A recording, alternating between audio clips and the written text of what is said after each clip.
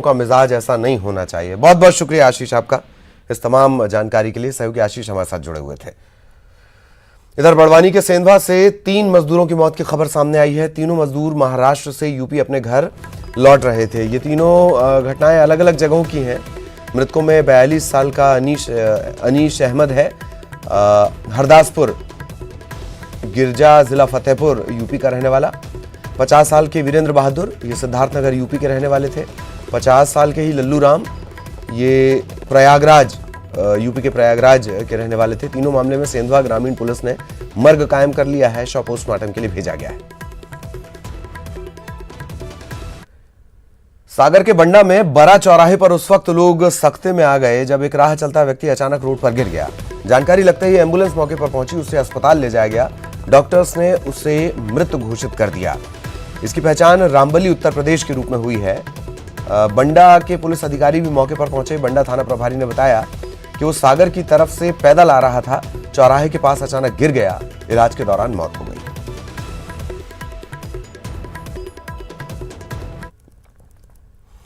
और संकट काल में सर्जरी की बात करेंगे। ये प्रशासनिक सेहत की बात है। दरअसल शिवराज सरकार की तरफ से शनिवार रात बड़ी प्रशासनिक सर्जरी की गई है। थोक में 50 आईएएस अफसरों के तबादले किए गए। कई विभागों के प्रमुख सचिव भी बदले गए हैं।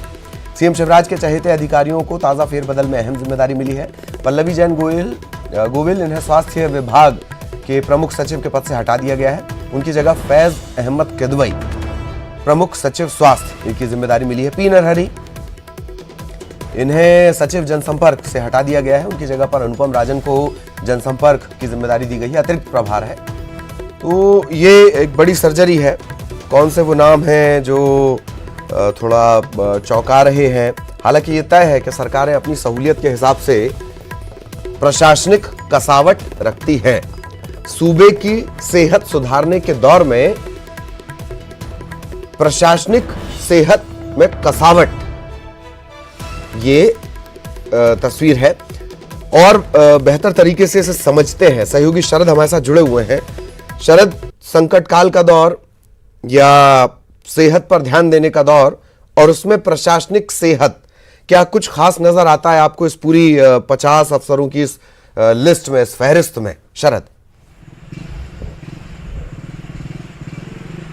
देखिए, सबसे पहली और बड़ी बात जो नजर आती है वो तो ललित यही है कि वक्त बदल जाता है, सरकारें बदल जाती हैं, लेकिन जो हालात हैं वो शायद कभी नहीं बदलते। और यही वजह है कि जब ये काम जो आज बीजेपी की सरकार यानी कि मुख्यमंत्री शिवराज सिंह चौहान कर रहे हैं, थोक बंद तबादले, और जब यही काम कांग्रेस की यानी कि कमलनाथ करते थे मुख्यमंत्री रहते हुए, तो फिर बीजेपी इस पर सवाल खड़े करती थी। और आज जो है वही सवाल कांग्रेस खड़े कर रही है थोक बंद तबादलों पर। कुल मिलाकर तबादलों की इस फहरिस्त में जैसा कि आपने कहा भी कि 50 सीनियर जो आईएएस अधिकारी हैं उनके तबादले किए गए हैं। उनके विभागों में फेरबदल किया गया है। सभी जो अधिकारी हैं वो प्रमुख सचिव, अपर मुख्य सचिव स्तर के अधिकारी हैं। और निश्चित ही कुछ अधिकारियों को इसलिए हटाया गया है क्योंकि वो सरकार की गुड लिस्ट में कहीं नंबर पाने में कमजोर रह गए थे, और कुछ अधिकारियों को नई जमावट के लिहाज से लगाया गया है। मसलन पल्लवी जैन गोविल के बारे में जो आपने बात की, तो सबसे बड़ी बात यह है कि वो खुद ही कोरोना पॉजिटिव हो गई थी, अगर आपको याद हो, काम करते करते, और फिर उसके बाद उनको एडमिट होना पड़ा। हालांकि बाद में वो ठीक हुई, स्वस्थ हुई, लेकिन उन पर कई तरीके के आरोप लगे कुछ जानकारियां छुपाने को लेकर। संभवतः यही वजह रही कि उनको हटा दिया गया है स्वास्थ्य विभाग के जो प्रमुख सचिव हैं उस पद से, और उनकी जगह पर फैज अहमद किदवई को अब नई जिम्मेदारी दी गई है। कुछ दरअसल सरकार ने कुछ बड़े कदम उठाने का फैसला किया है। मसलन हम आपको बता दें, कुछ दिन पहले ही मुख्यमंत्री ने नए श्रम कानूनों को लेकर ऐलान किए थे, बड़े ऐलान किए थे। तो उस विभाग के भी जो प्रमुख सचिव बनाए गए हैं राजेश राजौरा, वो भी दरअसल शिवराज सिंह चौहान के बेहद करीबी अधिकारी माने जाते हैं, तो उनको जिम्मेदारियां दी गई हैं।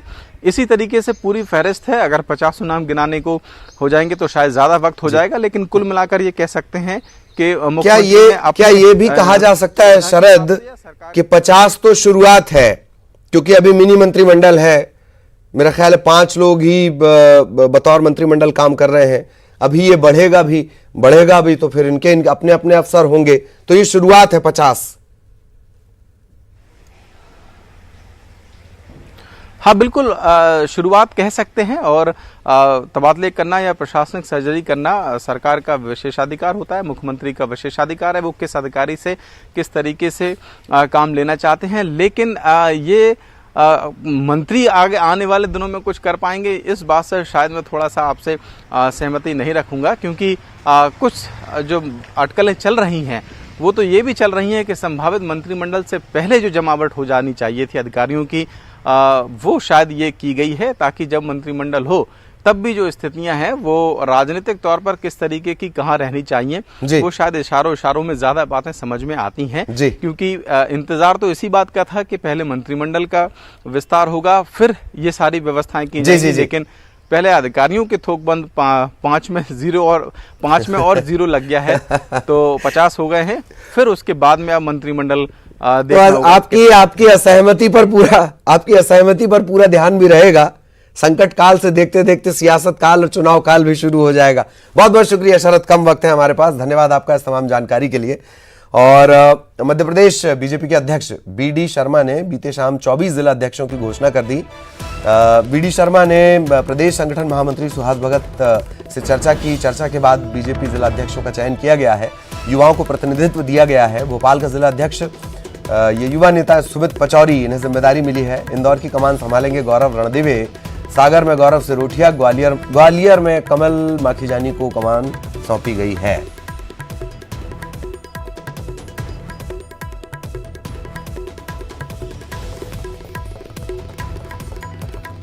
तो 24 जिला अध्यक्ष घोषित कर दिए गए हैं। भोपाल, इंदौर, ग्वालियर, यहाँ के जिला अध्यक्ष बदले गए हैं।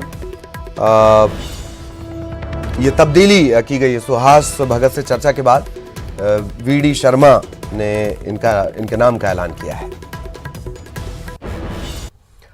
और यहां रुकेंगे एक ब्रेक के लिए।